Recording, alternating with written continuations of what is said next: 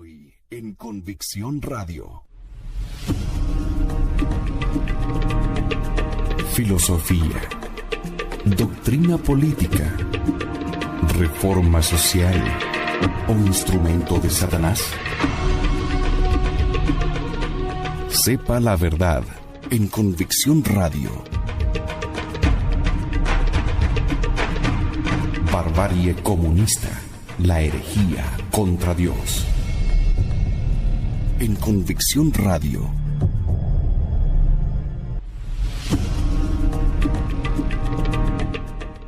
¿Qué tal, amigos de Convicción Radio? Estamos en Barbarie Comunista, conociendo el pensamiento y el perfil conductual y psicológico de aquellos ideólogos de la revolución comunista del siglo XXI que han permitido al comunismo mantenerse vivo, y más vivo que nunca, a través de una ideología infiltrada en la cultura que nos rodea y que se puede ver, se puede evidenciar en todos los ámbitos de la sociedad.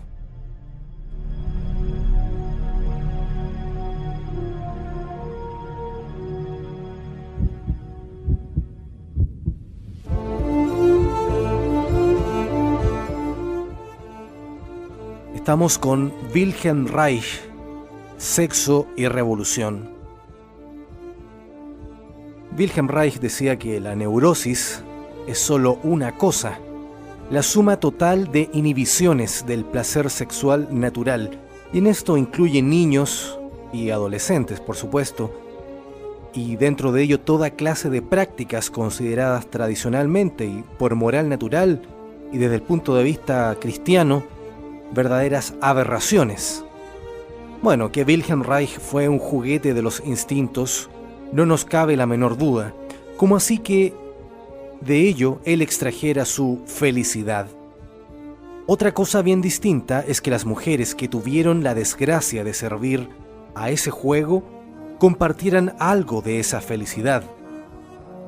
A juzgar por los testimonios que Ilse Ollendorf, su última esposa, ha recopilado en forma sincera, razonable y sin difamación, según Paul Goodman, ninguna de ellas pudo tolerar el experimento por mucho tiempo, y la misma recopiladora, que fuera quien más lo aguantó, declara que era realmente una cuestión de vida o muerte para mí, en ese tiempo, la separación, si quería conservar algo de mi respeto por mí misma y de mi integridad. Los hijos opinaron otro tanto. Acá vale también la pena traer a colación el pensamiento de Reich acerca de la educación de los niños. En su libro marxista considera que la cuestión del, comillas, onanismo de los niños es política. Podremos equivocarnos en los detalles, pero que la prohibición del onanismo por parte de la reacción, es decir, de la sociedad tradicional establecida, es cosa decidida. De esto no hay lugar a duda, ni tampoco que no debemos combatir la sexualidad infantil. Cierre comillas.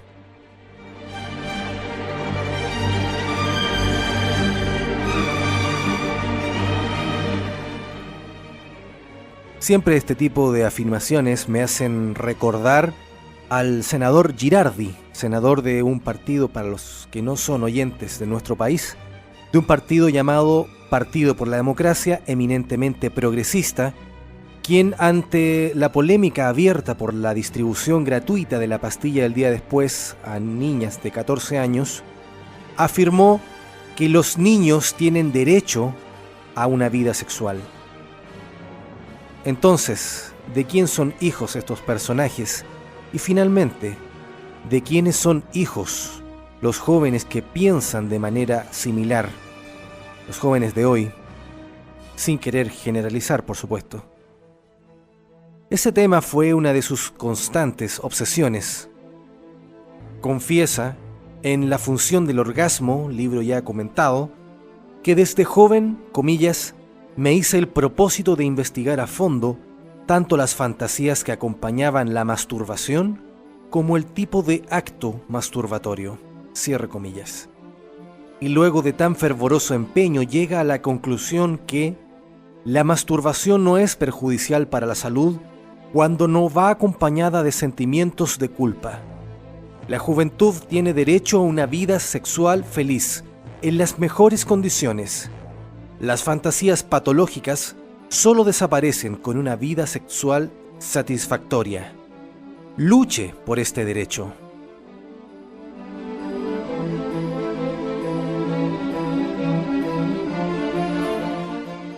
Para Reich, la prohibición de la masturbación es el símbolo mayor de la sociedad represiva, de ahí que invite a la lucha por el derecho a masturbarse. No sabemos si hubiera elegido a Onan como prototipo de la liberación o si hizo algún tipo de gestión para que este derecho se incluyera en la Declaración Universal de los Derechos Humanos. Pero más lamentamos no saber si él, gran lector de Rousseau, no siguió el ejemplo del pensador ginebrino, transportando a algunas confesiones su personal experiencia en el ejercicio de ese intangible derecho. Las preocupaciones de Reich acerca de la educación infantil no concluían con la libertad del onanismo.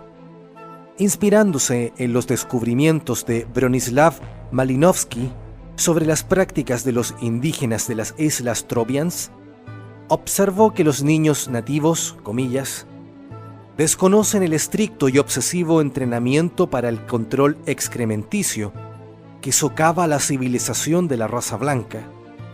Los triobandeses, por lo tanto, son espontáneamente limpios, ordenados, sociales sin compulsión, inteligentes e industriosos. Los isleños de las Islas Triobands, con su plena libertad sexual natural, no solo han alcanzado un alto desarrollo agrícola, sino que, debido a la ausencia de tendencias secundarias, han mantenido un estado general de cosas que parecería un sueño a cualquier nación europea de 1930 o 1940. Cierre comillas. Pareciera lógico inferir de tales palabras que para Reich existía una relación directa entre la falta de higienización posterior a la defecación y el desarrollo económico de los pueblos, por manera tal que, a más suciedad, más civilización. En cambio, desaconseja una serie de prácticas tradicionales que considera burguesas y enemigas de la rebelión proletaria.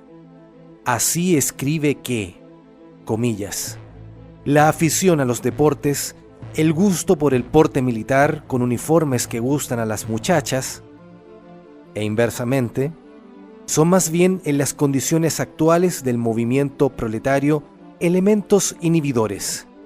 El fútbol en particular actúa directamente como elemento que despolitiza y por consiguiente fomenta tendencias reaccionarias.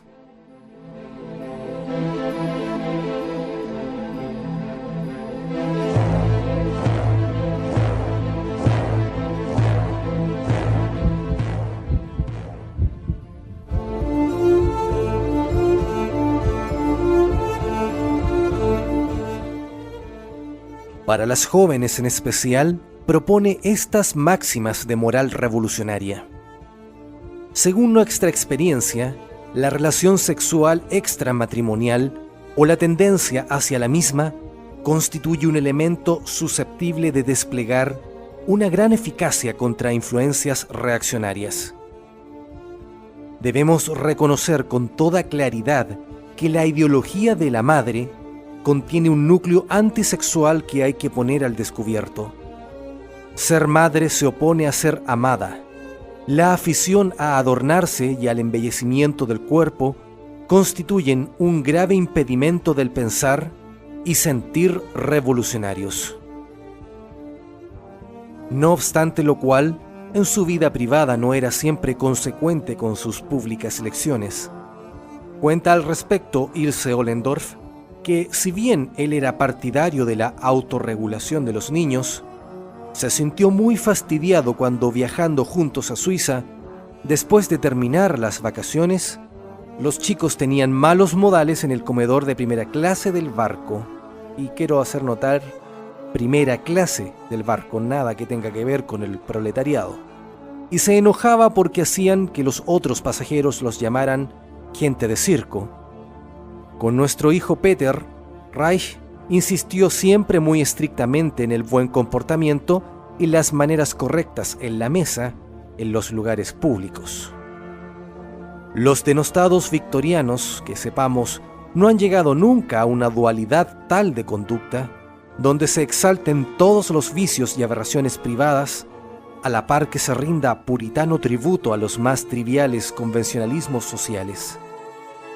Por otra parte, el acérrimo partidario del amor libre adolecía de un principal defecto, según su tercera mujer: sus celos violentos. Podía negar siempre enfáticamente que él fuera celoso, pero eso no le impedía acusar de infidelidad a su mujer con cualquier hombre que se le ocurriera como posible rival, fuera colega, amigo, tendero o conocido casual. Se disgustaba y sospechaba de las intenciones de cualquiera que me llamara Ilse después de un conocimiento ligero. En abril y mayo de 1947 tomé mis primeras vacaciones de todos mis deberes y fui a Inglaterra a visitar a mi padre y mi hermano. Reich me había insistido para que me tomara vacaciones. Cuando volví, sin embargo, me sometió a un severo interrogatorio preguntándome sobre cada uno de los que había visto en Inglaterra. Preguntaba especialmente si yo le había sido infiel durante esos 2 meses. Casi tuve que hacer un juramento de fidelidad antes de que él estuviera satisfecho. Por supuesto, yo sabía de sus celos, pero esa vez encontré en él una actitud moralista, tal como la que habitualmente atacaba en otros. La doble pauta de conducta sexual era bien evidente en su ataque. A mí no me permitía cuestionar su fidelidad durante ese periodo, pero yo estaba seguro de que él no se aplicaba a sí mismo las mismas pautas que esperaba de mí. De hecho, yo sabía que él había tenido una aventura, aunque él no me lo dijo. Aunque siempre predicaba que la conducta sexual no podía juzgarse por patrones morales, sino solamente por pautas de salud o enfermedad, él no estaba enteramente libre de juicios morales sobre sexualidad.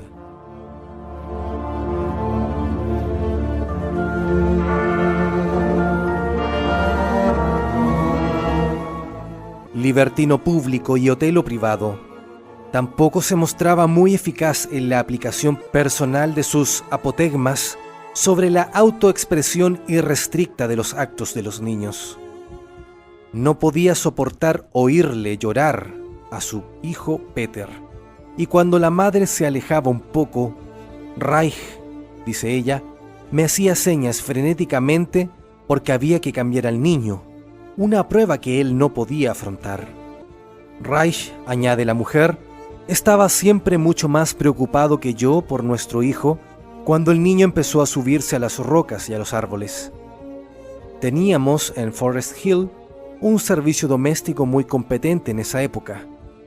Reich estaba un poco asustado de manejar el niño por sí mismo y me hizo un gran cumplido al admitir que yo era decididamente mucho mejor con el chico que él. Tal el pedagogo del permisivismo absoluto. Otra gran contradicción. Antes hemos dicho, y es hora que lo verifiquemos, que no es cierto que la juventud de la entreguerra padeciera de las inhibiciones y represiones que Reich y sus secuaces mentan de continuo. En particular la Alemania de los años 30, donde él vivió y escribió sus principales obras, no era un modelo de mojigatería. Cuenta el periodista Richard Hanser que lo que posteriormente sería llamado tolerabilidad estalló en una medida que Alemania nunca había conocido anteriormente. Sodoma y Gomorra juntas no son ni la mitad de degeneradas ni la mitad de horribles que yo. La vida nocturna de Berlín, oh Dios, el mundo nunca ha visto nada igual, escribía Klaus Mann. Para George Grosz, Berlín era la metrópoli mundial de las perversiones. El pulso enfebrecido de las salas de baile y cabarets se extendía a las calles. A lo largo del Broadway de Berlín, la Kurfürstendamm, rufianes y prostitutas desfilaban de día y de noche, proclamando la erupción del mundo del vicio a la superficie de la vida alemana. En la Reeperbahn de Hamburgo, las prostitutas se asomaban a las ventanas con sus pechos desnudos. En la Nollendorfplatz existían casas de habitaciones tanto para hombres como para mujeres.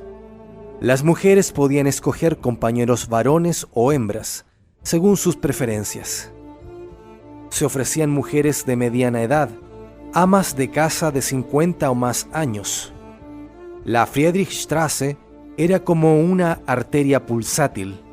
Los revendedores se empujaban unos a otros ofreciendo narcóticos, pornografía, mujeres. Los buhoneros ofrecían visiones furtivas de fotografías obscenas, mientras otros tentaban a los visitantes con ¿quiere ver usted bailarinas desnudas? Señoras totalmente desnudas garantizadas, afirmaban. Los marineros revolucionarios habían establecido un enclave homosexual en Berlín. La policía permitía que los clubes de travestistas operaran sin ser molestados. Fondos especiales proveían a perversiones de todo tipo. Un club para sádicos, otro para exhibicionistas, otro para masoquistas. Muchachos pintarrejeados y con las cejas depiladas se ofrecían a sus clientes desde las aceras, compitiendo con las prostitutas. El baile nudista y las revistas de desnudos se convirtieron en una moda. La virginidad había perdido su valor y se había convertido en una broma.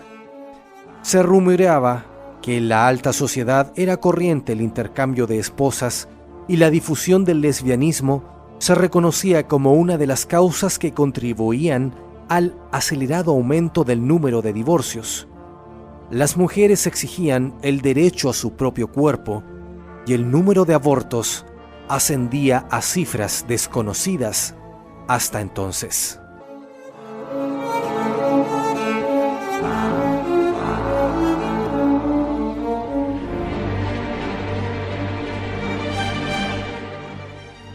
Esta descripción plástica y cruda de un periodista norteamericano, nada interesado por otra parte en justificar la reacción que contra esas costumbres adoptó el nacionalsocialismo, se ve corroborada en la famosa novela Adiós a Berlín del inglés Christopher Isherwood, que fuera llevada al cine con el título de Cabaret, ambientada justamente en la decadencia alemana de los años 20.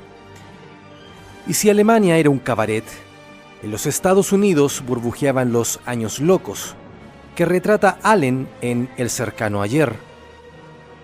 Para ir más cerca, recordemos que en Argentina era la época del predominio de la Zwimigdal, gran fuerza en Yiddish, entidad que sola, sin contar la Askenazum de Simón Rubinstein, explotaba 2.000 prostíbulos con 30.000 mujeres y un término medio de rendimiento de 108 millones de pesos de entonces al año. Ante este cuadro someramente trazado, ¿cuál era la pretensión de Wilhelm Reich? La defensa de lo que él denominaba las libertades sexuales y sus peculiaridades. Así se pregunta, la coprofagia, las fantasías homosexuales, el sadismo, etc., ¿son manifestaciones naturales de la vida? Y se responde con esta ecléctica solución. Cada cual tiene razón de alguna manera. La norma que solicita es más optimismo y menos gasmoñería, opinando que la conquista de las prostitutas constituye también un elemento de la política proletaria desde muchos puntos de vista, al tiempo que se lamentaba que no se pudieran crear cabarets rojos, bastantes para llevar toda la población a las asambleas, agregando, hay que llevar el arte revolucionario al sentimiento revolucionario y la melodía revolucionaria allí donde las masas viven.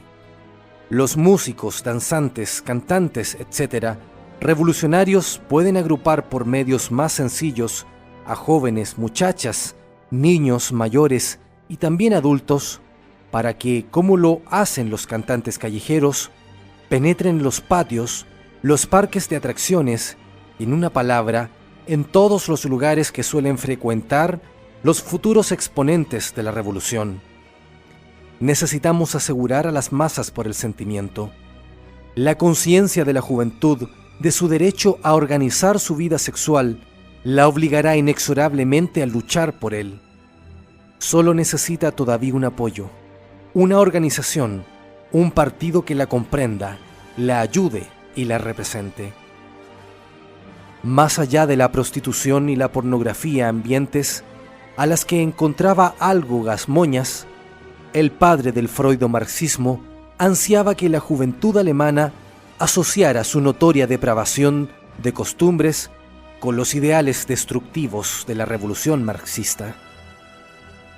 Y en nuestro próximo episodio lo examinaremos un poco más detenidamente, pero lo que no es verdad es que él tuviera necesidad de una previa campaña desinhibidora o que tuviera que descubrir la pólvora en una materia en la que no hay nada nuevo bajo el sol, según lo atestiguan los muros de Pompeya.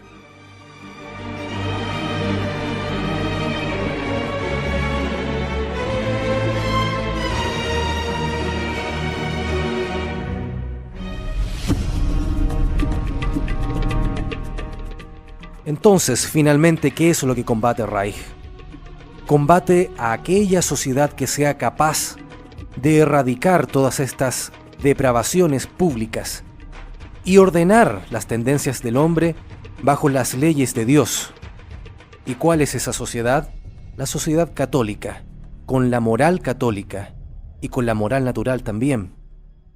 La sociedad que establece que estas depravaciones son graves pecados que llevan a la condenación eterna y que, según él, son formas de la represión, de la dominación, que las clases proletarias deben sacarse de encima. ¿Cómo? A través de la revolución sexual. Combina marxismo y freudismo. Es el padre del freudomarxismo, tema que analizaremos en nuestro próximo episodio. Por ahora, veamos a nuestro alrededor y veamos cómo nuestra sociedad se transforma cada vez más en un cabaret público, a la sombra de las ideologías neomarxistas, complementadas con todo este concepto de las fiestas ciudadanas, en donde se invita a las personas a tomarse las calles y vivir la algarabía en medio de un ambiente artístico, entre comillas, cuyas formas artísticas son completamente revolucionarias, específicamente lúdicas. Lo lúdico lleva a la desacralización de todo. El concepto lúdico de la vida lleva a no tenerle respeto a las cosas. Bueno, son aspectos que iremos desarrollando en futuros capítulos de nuestro programa.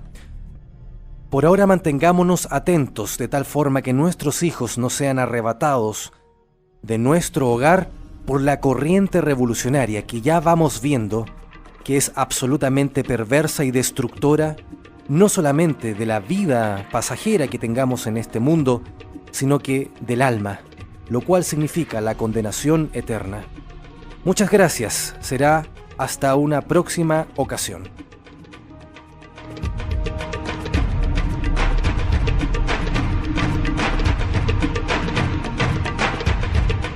Hoy en Convicción Radio. Filosofía, doctrina política, reforma social o instrumento de Satanás. Sepa la verdad en Convicción Radio. Barbarie comunista, la herejía contra Dios. En Convicción Radio